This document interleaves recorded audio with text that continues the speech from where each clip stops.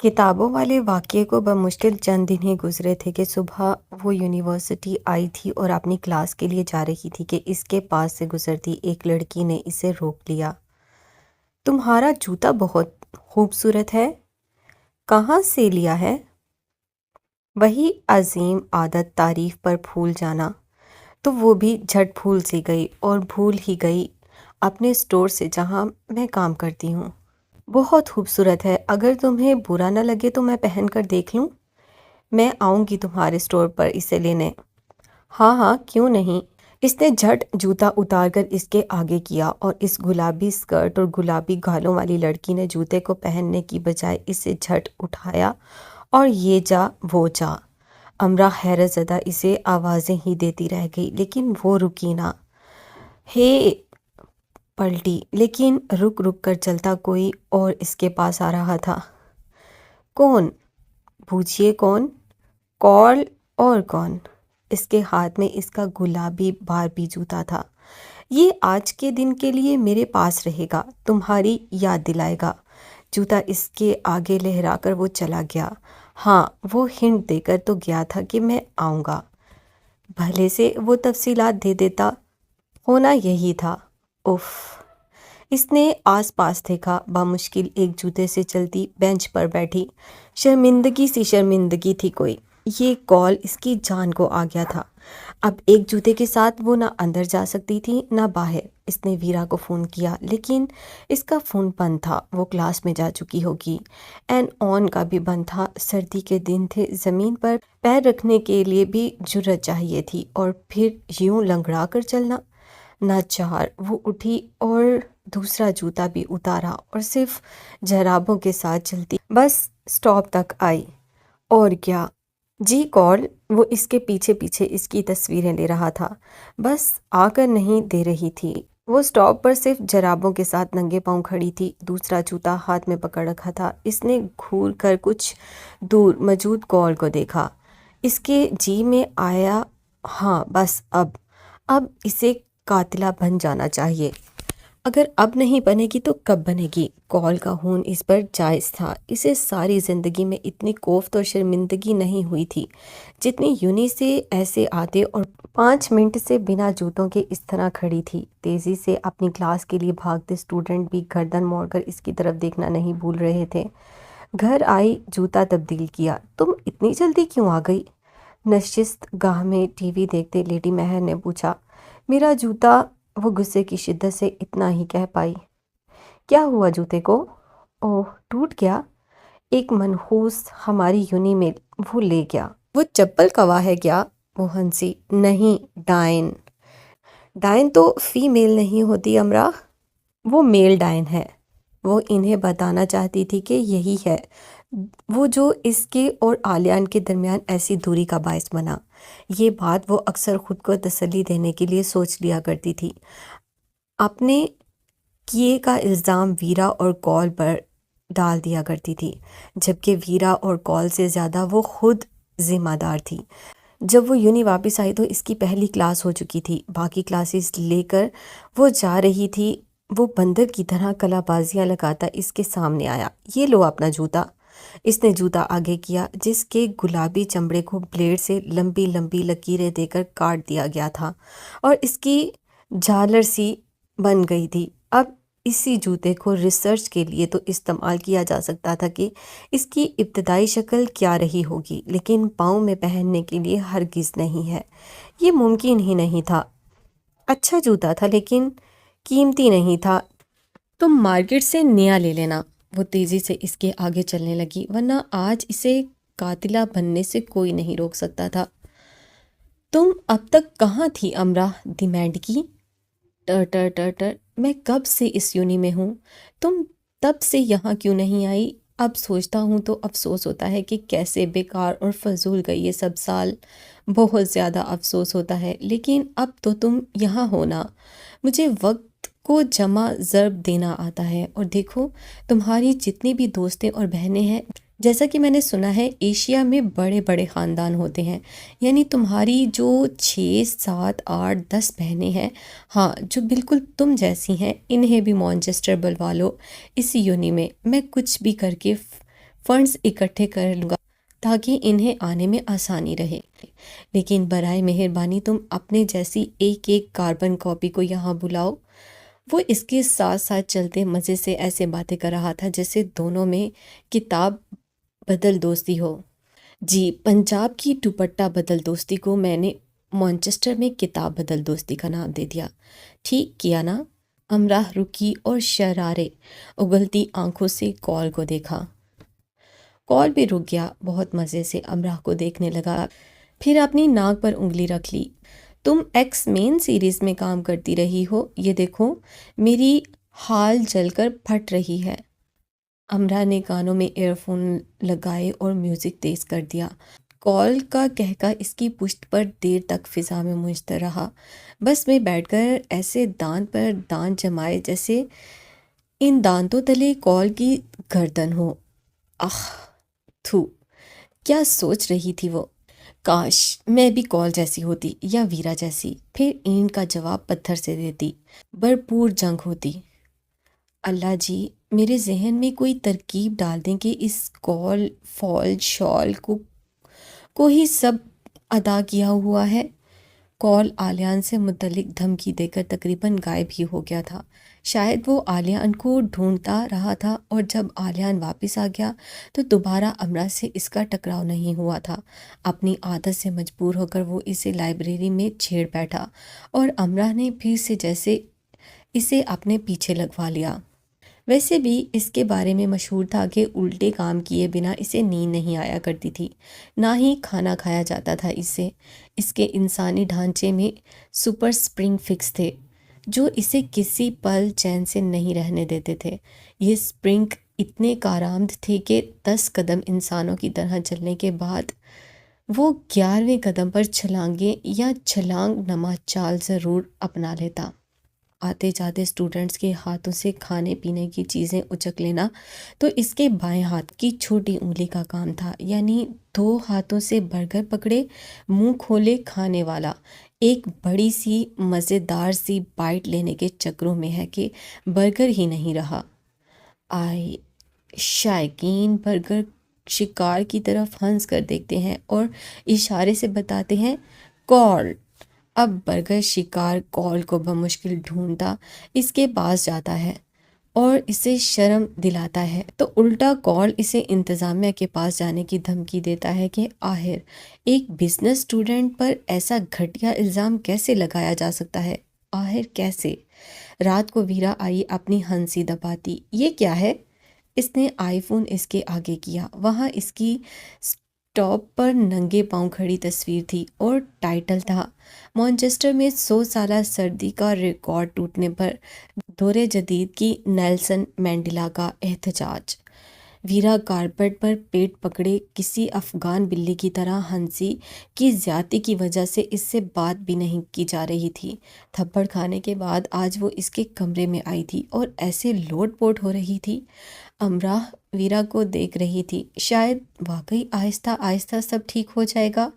امرا فون ہاتھ میں لے کر بیٹھ گئی اور بس بیٹھی ہی رہ گئی۔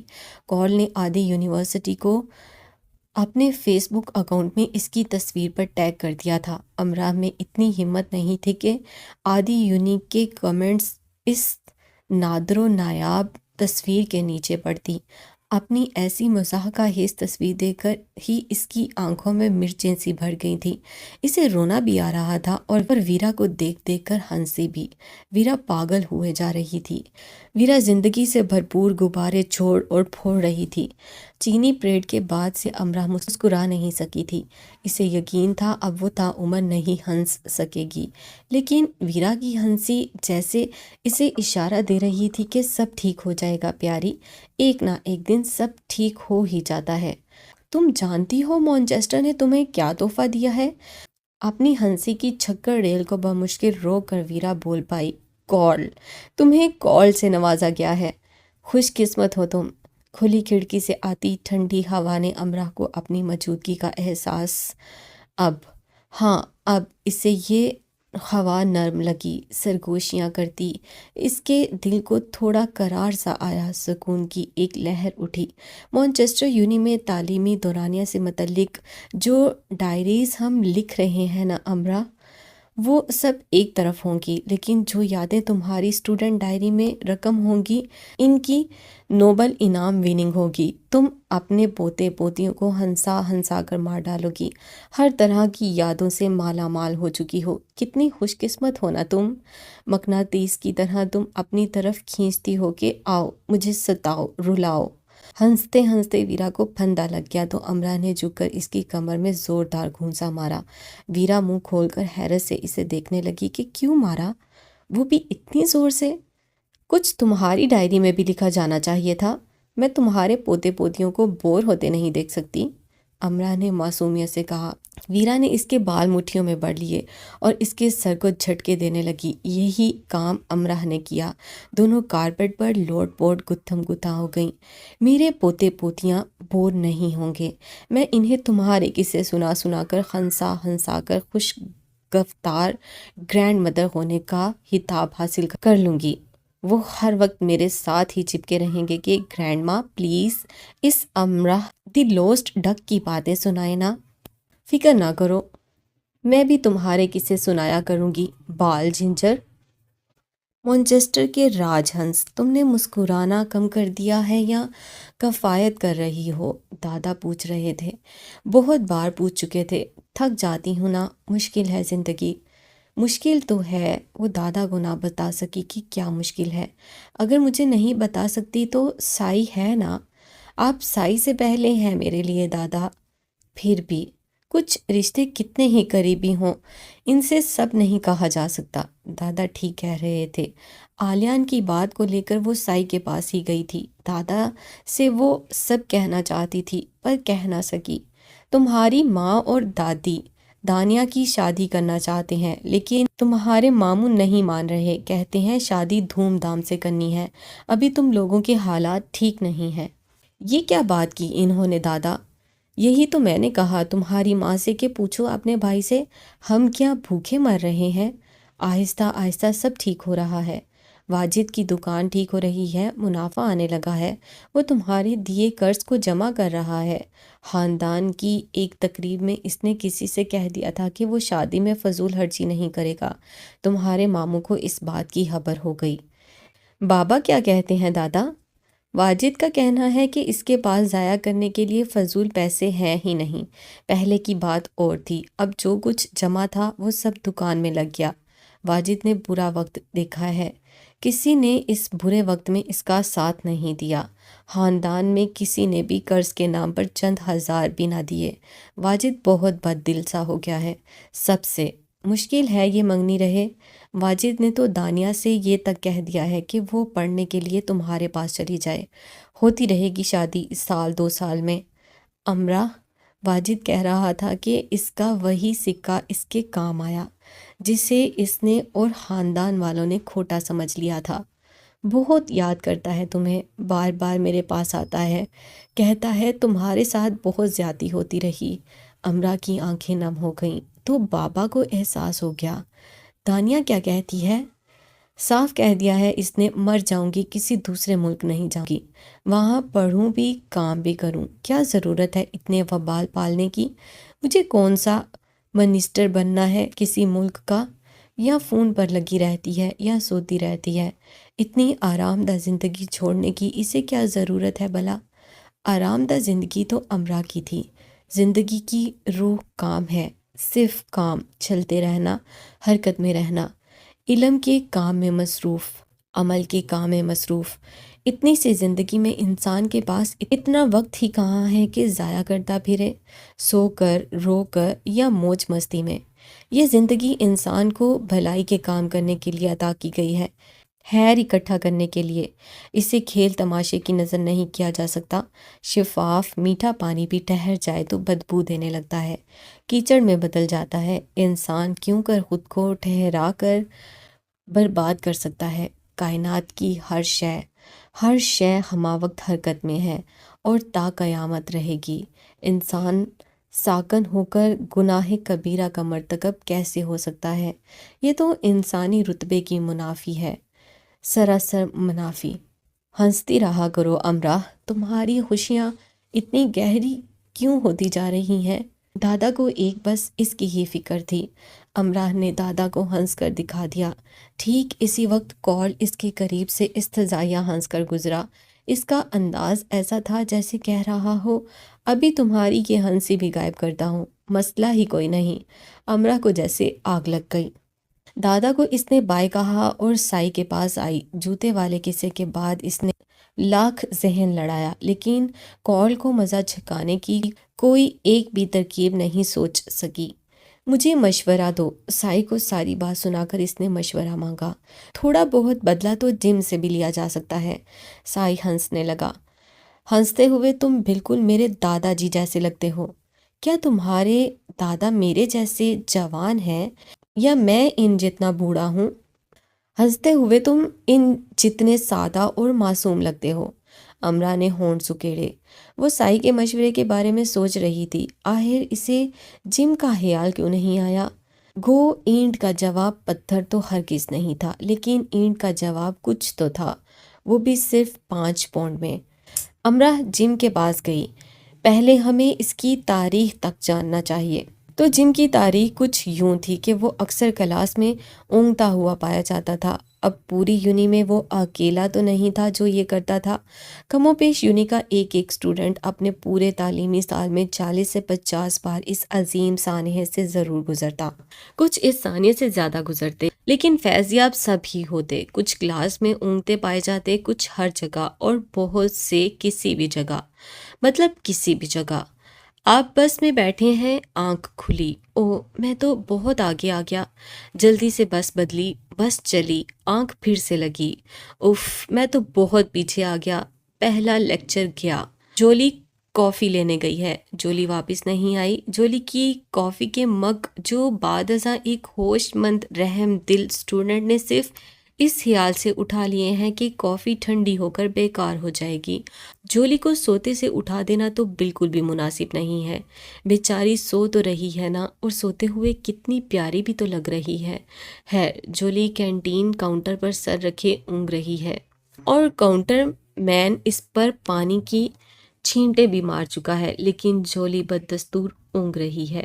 کاؤنٹر کی طرف آتے کسی مہربان نے اس کے کھلے منہ کی تصویر لے کر دی ٹیپ پر بیچ دی ہے، یعنی یونی کے باغوں میں، درختوں تلے، کلاس کے دوران، کوریڈور میں، باتھ رومز، واش رومز، بس، ٹیوب، بازار، کیفے، ریسٹورانٹ، لائبریری میں تو خاص طور پر، اور کینٹین میں تو ضرور ہی۔ کون تھا جو منہ کھول کر اونگتا پایا نہیں جاتا تھا؟ ایگزامز کے دنوں میں تو ٹیبل اور کرسیوں کے نیچے بھی، اور تو اور کوڑا دان کے آڑ میں چھپ کر بھی۔ جب کوئی اس اونگ سے محفوظ نہیں تو سزا صرف ایک جم کو ہی کیوں؟ اور وہ تو تھا ہی دوسری قسم والوں میں سے۔ پہلی قسم آنکھیں بند کر قدرتی اونگ لینے والی، دوسری قسم آنکھیں کھول کر خود پر جبر کر کے غیر قدرتی اونگ لینے والی۔ دوسری قسم میں وہ لوگ شامل ہیں جو اپنے تعلیمی ریکارڈ کو بہتر بنانے کے لیے اور ایک اچھے اسٹوڈنٹ کا خطاب پانے کے لیے آنکھیں میچ کر نہیں، آنکھیں کھول کر سوتے ہیں۔ جی ہاں، ایسا ممکن ہے۔ مارٹن لائبریری سے کتابیں ایشو کروا رہا ہے۔ برائے مہربانی ذرا جلدی کریں اور مجھے یہ ایشو کر دیں۔ ہاتھ کو کتابوں پر رکھتے ہوئے، یہ میرا ہاتھ ہے، لائبریرین۔ اوہ، میں مذاق کر رہا تھا، آنکھیں مسل کر۔ یہ رہیں میری 3 کتابیں، انہیں ایشو کر دیں۔ معذرت کے ساتھ، یہ لائبریری کی ملکیت ہیں، ہم اپنے زیر استعمال کمپیوٹر اور دیگر مشین ایشو نہیں کر سکتے۔ آپ کو صرف کتابیں ہی ایشو کی جا سکتی ہیں۔ اوہ، آپ سمجھے نہیں، میں آپ کو ہنسانا چاہ رہا تھا، مزید سختی سے آنکھیں مسلتے ہوئے۔ ویل، تمہارے جیسے 2-3 پہلے ہی مجھے بہت ہنسا گئے ہیں، مجھ میں مزید سکت نہیں رہی ہنسنے کی۔ اب یہ کام تم اپنے پروفیسرز اور یونی ڈین کے ساتھ جا کے کرو۔ آپ برا مان گئی، میرا مقصد محض تفریح تھا۔ میں اس طرف دائیں رخ کھڑا ہوں، اور میرے کافی مگ پر سے بھی ہاتھ اٹھا لو، یہ بھی ایشو نہیں ہوگا۔ اب جیکب لائبریری آیا ہے، مجھے میری مطلوبہ کتابیں نہیں مل رہیں۔ ملیں گی بھی کیسے؟ ہم کینٹین میں کتابیں نہیں رکھتے، ڈین کا آرڈر نہیں ہے نا۔ زونی کینٹین گئی ہے۔ میرا خیال ہے مجھے کریم کافی لینی چاہیے۔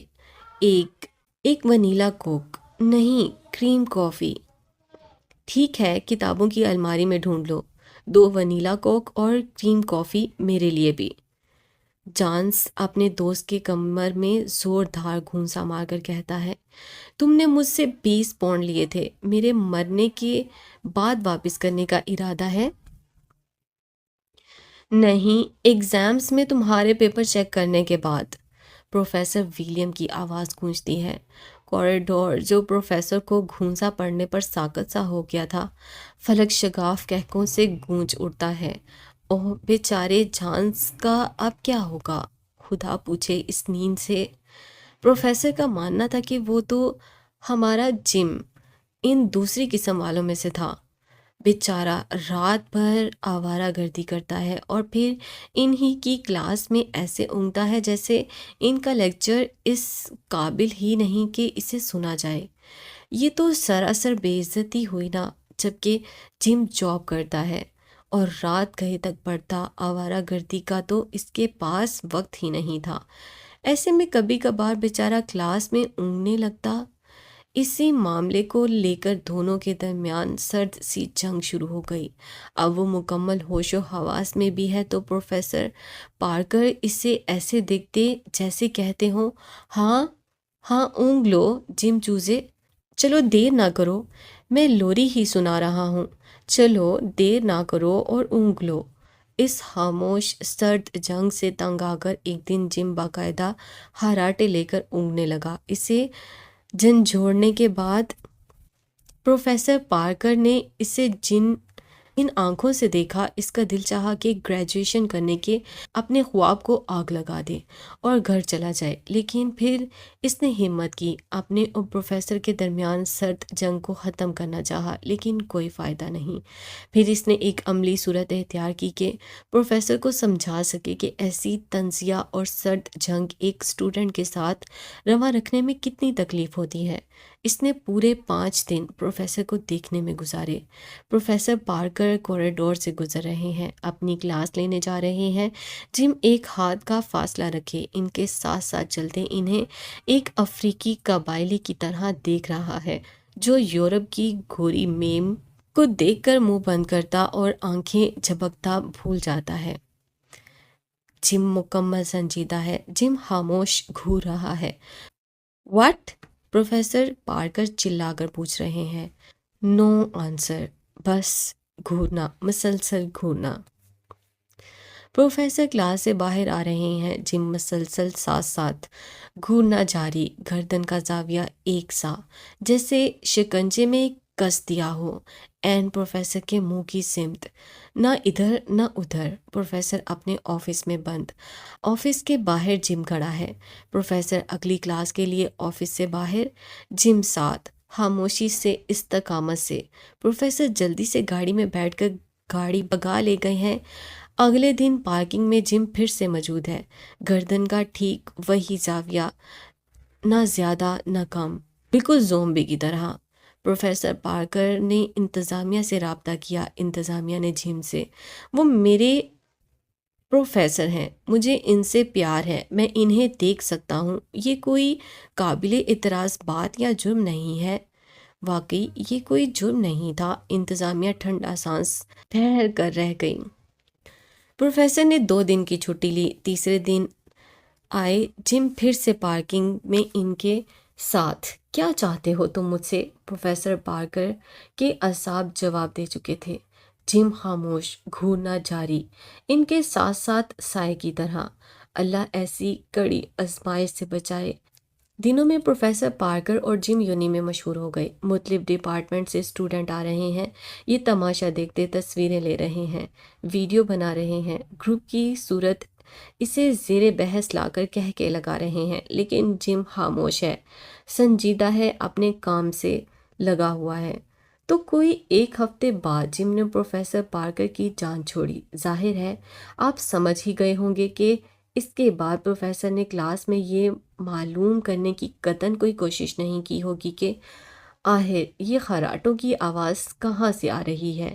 نیا نیا جم اور پروفیسر پارکر کا واقعہ ہوا تھا تو ایک لڑکا جم کے پاس آیا اور اسے 5 پاؤنڈ دیے۔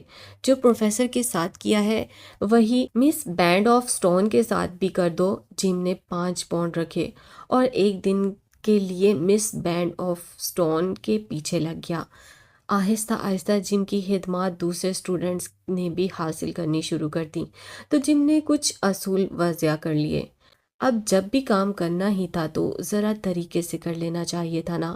ایک دن کے یونی کے صرف 5 پاؤنڈ، بس ٹیوب سے شکار کے پیچھے پیچھے رہائش گاہ تک 10 پاؤنڈ، درمیان میں 2 گھنٹے کی بریک، رات اور 24 گھنٹے کے 20 پاؤنڈز، یعنی شکار کے پیچھے پیچھے جم بازاروں، گلیوں، شاپنگ سینٹر تک جائے گا، صرف ایک ہاتھ کا فاصلہ رکھ کر، زومبی سٹائل میں گردن کو ایک ہی زاویے پر اکڑائے۔ جم از گورنگ زیادہ تر صرف یونی کا ہی پیکج لیتے، بہت کم دوسرا 20 پاؤنڈز والا پیکج بھی لیتے۔ جم کے فن کے دوسرے رہنما اصول، اسے رشوت نہیں دی جا سکتی۔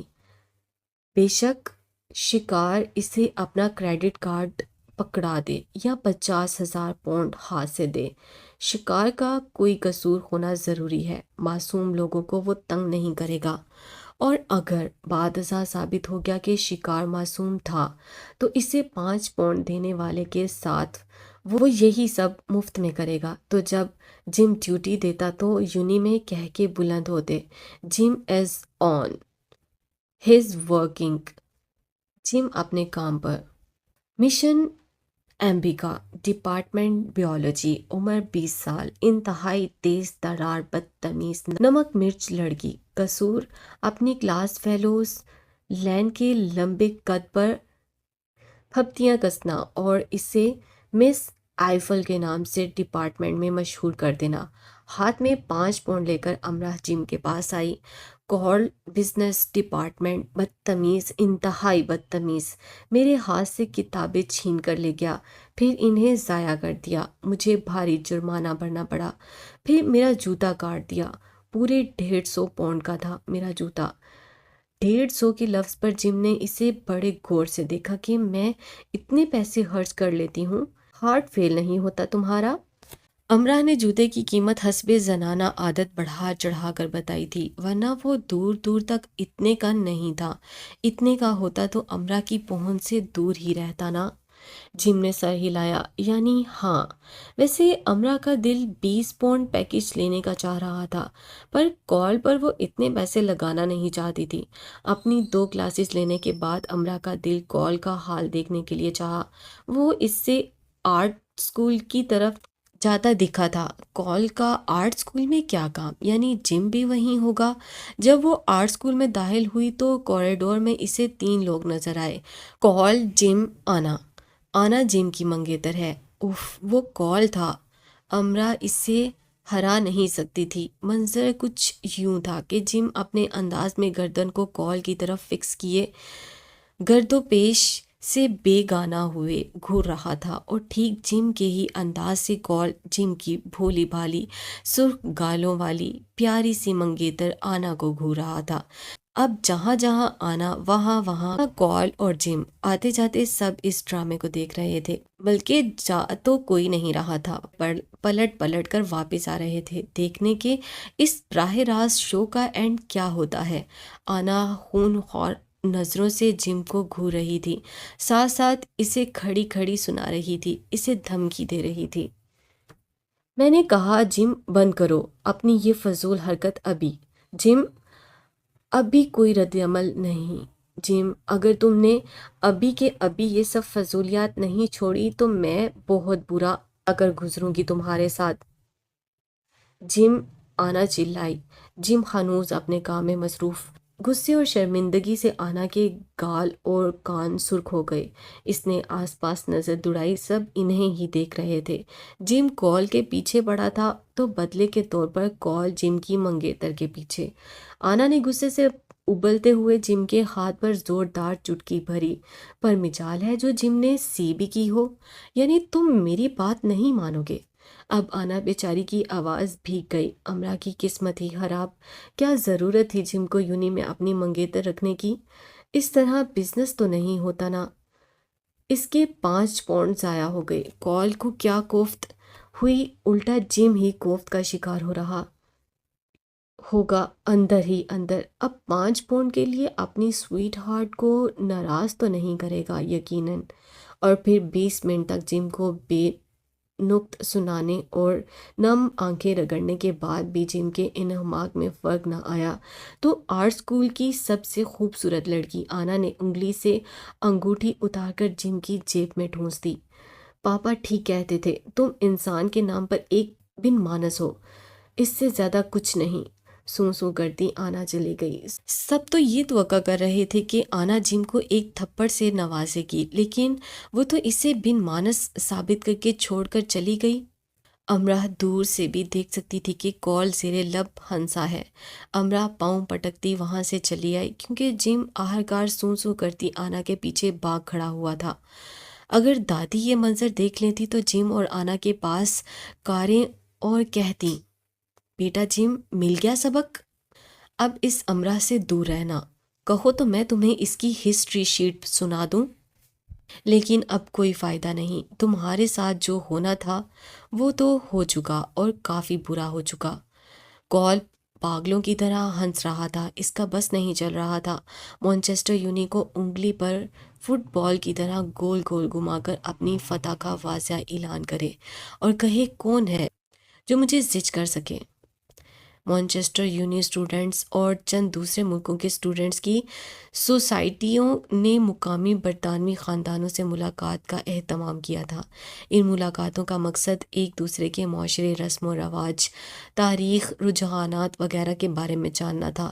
ایسی ملاقاتیں قربت کا باعث بنتی ہیں۔ امرا نے اپنا نام پہلے سے ہی دے دیا تھا اور امرا کو اوکے کر دیا گیا تھا۔ مختلف ملکوں کے اسٹوڈنٹس کا 20 رکنی گروپ مسٹر اینڈ مسز پاؤل کے گھر پہنچ گیا، جہاں پاؤل خاندان کے ساتھ 2 اور خاندان موجود تھے، مسٹر اینڈ مسز ایڈم اور مسٹر اینڈ مسز گڈل، اور ان 3 خاندانوں کے 4 عدد شرارتی اور 1 سیکنڈ میں 60 سوال پوچھنے جیسے بچے۔ ملاقات کے لیے لان میں نشست کا انتظام کیا گیا تھا۔ دھند سے اٹے لان میں کوئلے کی 2 بڑی انگیٹھیاں رکھی گئی تھیں۔ اس کے چاروں اطراف نشستیں لگائی گئی تھیں، پھولوں کے گلدستے جا بجا رکھے گئے تھے۔ بھالو سے سفید کتے بھی ادھر ادھر گشت کر رہے تھے۔ گھر کی عمارت دھند میں لک چھپ جا رہی تھی، ایسا لگ رہا تھا جیسے وہ کسی اور ہی جزیرے پر آ چکے ہوں۔ انہیں اتنے اچھے ہے مقدم کی توقع نہیں تھی۔ امرا کے پاس صوفے پر ایک 9 سالہ بچی اسکرٹ میں ملبوس بیٹھی تھی اور امرا حلف اٹھانے کو تیار تھی کہ بچی بہت ہی معصوم نظر آ رہی تھی۔ تم کس نسل سے ہو؟ یہ اس کا پہلا سوال تھا۔ وہ اتنی معصوم تھی۔ امرا نے تم کس شہر سے ہو، کس مذہب، کس ذات کی ہو جیسے سوالات تو سنے تھے، یہ نسل والا سوال اس نے پہلے کبھی نہیں سنا تھا۔ میں پاکستانی ہوں، پاکستانی مسلمان ہوں۔ امرا نے گھبرا کر ادھر ادھر دیکھا کہ کوئی اور تو ان کی گفتگو نہیں سن رہا۔ وہ کیا گھوڑا تھی جو اپنی نسل کا اتا پتا رکھتی؟ وہ تو ٹھیک ہے، میں نے تعارف میں سن لیا تھا، میں نسل کا پوچھ رہی ہوں۔ تم کس نسل سے ہو؟ امرا خاک نہ سمجھی، الٹا اس سے پوچھ ہی لیا۔ اس کا منہ ہی بن گیا۔ میرے سوال کا جواب تو دیا ہی نہیں۔ میں نے ابھی اپنا DNA نہیں کروایا، لیکن مجھے شک ہے میں ریڈ انڈین نسل سے ہوں۔ اوہ، مجھے یاد آ گیا، میں بھی ریڈ انڈین نسل سے ہوں۔ تم نے اپنا DNA کب کروایا تھا؟ کس عمر میں؟ بچی جو ہیری پوٹر کی خالہ تھی نے شک سے گھورا۔ 2 سال پہلے۔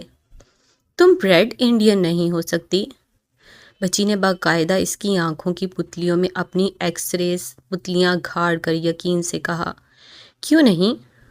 تم اپنی بھوؤں کی بناوٹ دیکھو، تم سکندر کی نسل سے تو ہو سکتی ہو لیکن ریڈ انڈین سے ہرگز نہیں۔ میرا مشاہدہ تمہیں دھوکہ نہیں دے سکتا۔ امرا گھوم کر رہ گئی۔ بھوؤں سے کیا ہوتا ہے؟ میری رپورٹ یہی کہتی ہے کہ میں ریڈ انڈین نسل سے ہی ہوں۔ بچی نے اپنی پتلیوں کے ایکس ریز تیز کر دیے۔ تم ہو ہی نہیں سکتی۔ میں نے بہت ریسرچ کر رکھی ہے، ایشیا میں ریڈ انڈینز کے جینس نہیں ملتے۔ ماشاء اللہ، جس بارے میں امرا پہلی بار سن رہی تھی 9 سالہ بچی اس پر تحقیق بھی کر چکی تھی۔ بس میں تو ریڈ انڈین ہی ہوں، مجھے نہیں معلوم کہ تمہاری ریسرچ کیا کہتی ہے۔ اور تم بھول رہی ہو، تمہارے بڑے 100 سال تک ہندوستان رہے ہیں، ایسا ہونا ممکن ہے۔ میرے بڑے رہے ہیں لیکن ریڈ انڈینز نہیں۔ تم مجھے اپنی رپورٹ دکھا سکتی ہو، وہ پاکستان میں ہے۔ امرا کو یقین تھا کہ بچی کو ٹالنا ناممکن سا تھا۔ تم اپنے خاندان سے کہو تمہیں میل کر دیں، میں ابھی پڑھنا چاہتی ہوں۔ میں اپنے سب کام خود کرتی ہوں، اتنے معمولی سے کام کے لیے میں اپنے خاندان والوں کو زحمت دینا نہیں چاہتی۔ امرا تو ایک جھوٹ بول کر پھنس گئی، بھلا کہہ دیتی مجھے نہیں معلوم میں کس نسل سے ہوں۔ بچی اسے دیکھتی ہی رہی اور اگلا سوال اس کے منہ سے نکلتے دیکھ کر امرا نے انگلی سے اسے خاموش رہنے کا اشارہ کیا اور کورین لڑکے کی طرف اشارہ کیا۔ وہ کسی ایک مسز کی فرمائش پر اپنا دیسی گانا سنانے جا رہا تھا۔ ایڈم خاندان کے 11 سالہ جیری نے گٹار بجایا، ساتھ وہ سب چائے کے ساتھ فش اینڈ چپس کاٹیج پائی کھاتے رہے۔ برطانوی لوگوں کو پائی کی نت نئی قسمیں بہت مرغوب ہوتی ہیں۔ چائے تو ویسے ہی ان کا مشروب ہے۔ کورین گانا ختم ہوا تو انہیں ایسٹر پر نت نئے انداز سے پینٹ کیے جانے والے انڈوں کے بارے میں بتایا گیا اور ٹوکری بھر کر انڈے ان کے آگے پیش کیے گئے۔ انہیں کچھ خاندانی البمز دکھائے گئے، ساتھ انہیں موقع دیا گیا کہ ان کے خاندان، رہن سہن اور دیگر باتوں کے بارے میں وہ سب سوال جواب کریں۔ اس دوران ڈی این اے بچی مسلسل امرا کا جائزہ لیتی رہی کہ وہ کیسے ہنس رہی ہے، کیسے کھا رہی ہے اور کس قسم کے سوالات پوچھ رہی ہے۔ اس نے چپکے سے امرا کی ایک تصویر بھی لے لی۔ یقیناً امرا کی یہ تصویر اس کی ذاتی ریسرچ گاہ، اس کے اساتذہ اور اس جیسے دوسرے بچوں کے سامنے ہوگی کہ معلوم کیا جائے کہ یہ لڑکی ریڈ انڈین امریکن ہے، آسٹریلین یا ریڈ انڈینز افریقن ہے بھی یا نہیں۔ بنگالی مالا سے لوگ کہانی سننے کی فرمائش کی گئی اور اس نے سنا دی۔ امرا کو اپنی فکر لگ گئی، یہ برطانوی لوگوں کو آخر کہانیوں کا اتنا شوق کیوں ہوتا ہے؟ ہمارے ہاں بچے بھی اتنے شوق سے نہیں سنتے جتنے شوق سے ان کے بوڑھے سنتے ہیں۔ لوگ کہانی تو امرا بالکل ہی نہیں آتی، کبھی اس کے گھر میں ایسی باتوں کا تردد ہی نہیں کیا گیا تھا۔ وہاں تو سب ادھر والوں کی باتیں، ادھر والوں کی باتیں، فلاں کی شادی، فلاں کا رشتہ، فلاں کپڑے جوتے، یہ وہ سب بیکار کی باتیں ہوتی تھیں۔ اسے معلوم ہی نہیں تھا کہ پنجاب کی لوک کہانیاں ہیں کون کون سی۔ تھوڑی سی دیر کو ایک طرف کو ہو کر اس نے دادا کو فون کیا۔ تم ہیر رانجھا سنا دینا، دادا نے مشورہ دیا۔ یہ تو اسے خیال ہی نہیں آیا تھا، اس نے فلم دیکھی تھی، اسے کہانی یاد تھی، لیکن اس کی نوبت ہی نہیں آئی۔ انہیں لوک کہانی سے زیادہ صوفی ازم میں دلچسپی تھی اور وہ امرا سے مختلف صوفی بزرگوں کے بارے میں سوالات کرنے لگے۔ ساتھ ساتھ انہوں نے دیسی کھانوں کے بارے میں معلومات لیں۔ سنا ہے ہندوستان میں زبردستی شادیاں کروا دی جاتی ہیں؟ مس ایڈم نے پوچھا۔ میں ہندوستانی نہیں، پاکستانی ہوں، امرا بڑی جذبزب ہوئی۔ مسز ایڈم ہنسنے لگیں۔ تم سب پاکستانی، انڈین، ہندوستانی کہلائے جانے پر اتنے چڑھتے کیوں ہو؟ ہندوستانی سے مراد برصغیر ہوتا ہے، تم لوگ ہمیں یورپین کہتے ہو، ہم نہیں چڑھتے، جبکہ برطانیہ اور امریکہ میں بھی کبھی ایسا ہی ماحول تھا جیسا انڈیا اور پاکستان میں ہے۔ ہندوستان سے مراد ایک خطہ ہے جو بلا شبہ تاریخی اہمیت کا حامل ہے، جسے یورپ میں جادو نگری کہا جاتا ہے۔ میرے رشتے کے چچا جب اپنے کاروبار میں دیوالیہ ہو گئے تو انہوں نے ہندوستان کا سفر کیا۔ پہلے وہ بنارس گئے اور پھر سندھ۔ واپسی پر ان کا کہنا تھا کہ ان شہروں کے سفر نے انہیں پاگل ہونے سے بچا لیا۔ بنارس میں وہ سادھوؤں کے ساتھ وقت گزارتے رہے اور سندھ میں پیر فقیروں کے ساتھ۔ امرا خاموش ہو گئی اور مس ایڈم کے پوچھے گئے سوال کے بارے میں سوچنے لگی۔ امرا کو ڈر تھا کہ اس سے یہ سوال پوچھا جائے گا اور وہ پوچھ لیا گیا۔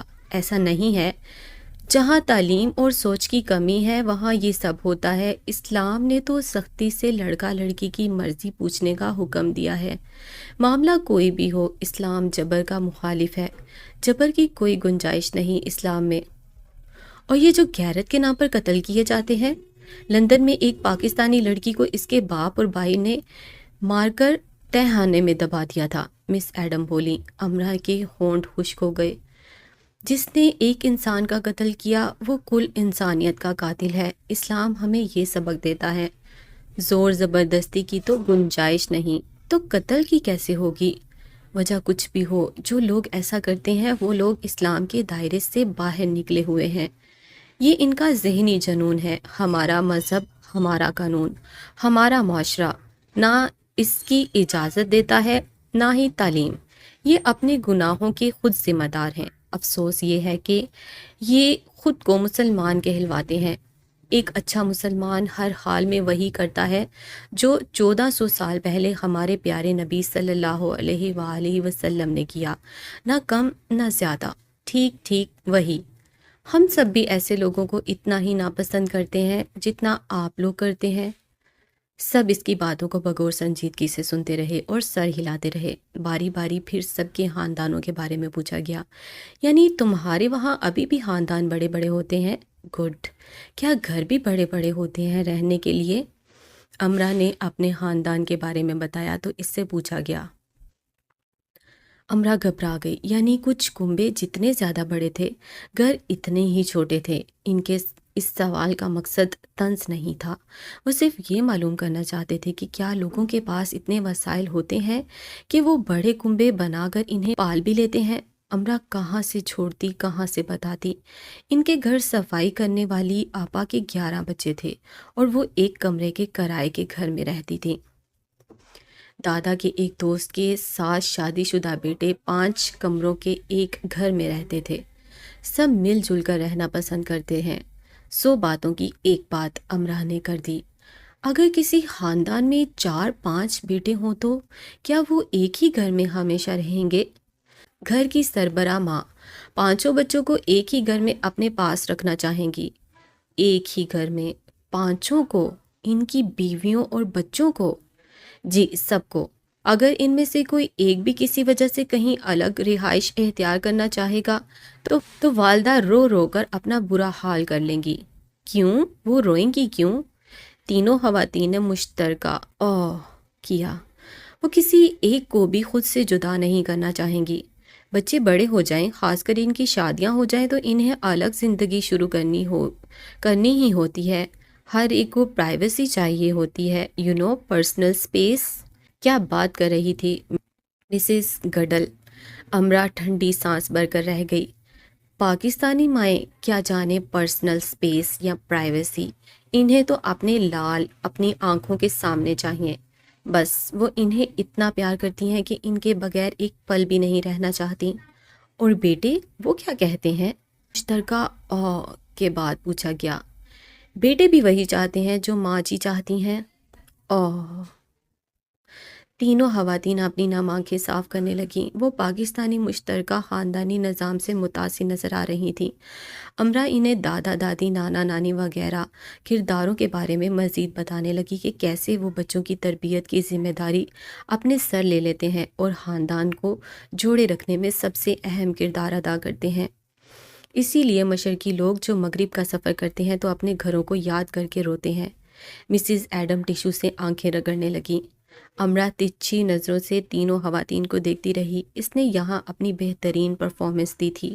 ڈی این اے بچی خاموشی سے امرا کے پاس بیٹھی اسے وہمتاً گوش سنتی رہی تھی۔ امرا کو صرف ایک اس بچی سے ڈر تھا کہ کہیں وہ اسے غلط نہ ثابت کر دے۔ تم اپنے گھر کو یاد کر کے روتی ہو؟ ڈی این اے بچی نے پوچھا۔ اب امرا اسے کیا بتاتی کہ اسے تو اس خیال سے ہی رونا آ جاتا تھا کہ اسے کبھی تو واپس گھر جانا ہی ہے۔ نہیں، ابھی مجھ پر یہ نوبت نہیں آئی۔ پاکستانیوں کی کوئی ایک خوبی بتاؤ، وہ مشکل حالات میں بھی زندہ رہنا جانتے ہیں، امرا نے جٹ سے کہا۔ مانچسٹر والوں کی کوئی ایک بری خوبی بتاؤ، امرا نے پوچھا۔ ہم بدترین حالات کو بدلنا چاہتے ہیں۔ اس میں مضبوط قوت ارادی کے تاثر کے ساتھ کہا۔ امرا دنگ سی دیکھتی رہ گئی۔ ان سب کے ساتھ گروپ فوٹو لی گئی۔ مسز ایڈم نے ان کے لیے ایک چھوٹی سی تقریب کی جس کے آخری جملے کو امرا نے ڈی این اے بچی کی طرح کاپی میں نوٹ کر لیا۔ There are never any winners or any loser. Participation is remembered that and enjoy the challenge of each moment as it is now. امرا اپنے ساتھ غیر استعمال شدہ ایک گرم شال اور ایک کشمیری طرز کا شولڈر بیگ لے کر گئی تھی اور ایک پاس یہ تینوں چیزیں اس نے ان تینوں خواتین کو پیش کر دیں اور ان تینوں کے چہرے ایسے دھمکنے لگے جیسے انہیں بیش قیمت جواہرات پیش کر دیے گئے ہوں۔ جاتے ہوئے ان سب کو ہوم بیک پائی دی گئی۔ ڈی این اے بچی نے اسے اپنا ای میل ایڈریس دیا کہ امرا خط صورت سے اپنی رپورٹ بھیج دے۔ امرا اسے ضرور بھیج دے گی اگر وہ اپنا ڈی این اے کروانے میں کامیاب ہو گئی تو، اور خوش قسمتی سے وہ ریڈ انڈین بھی نکل آئی تو۔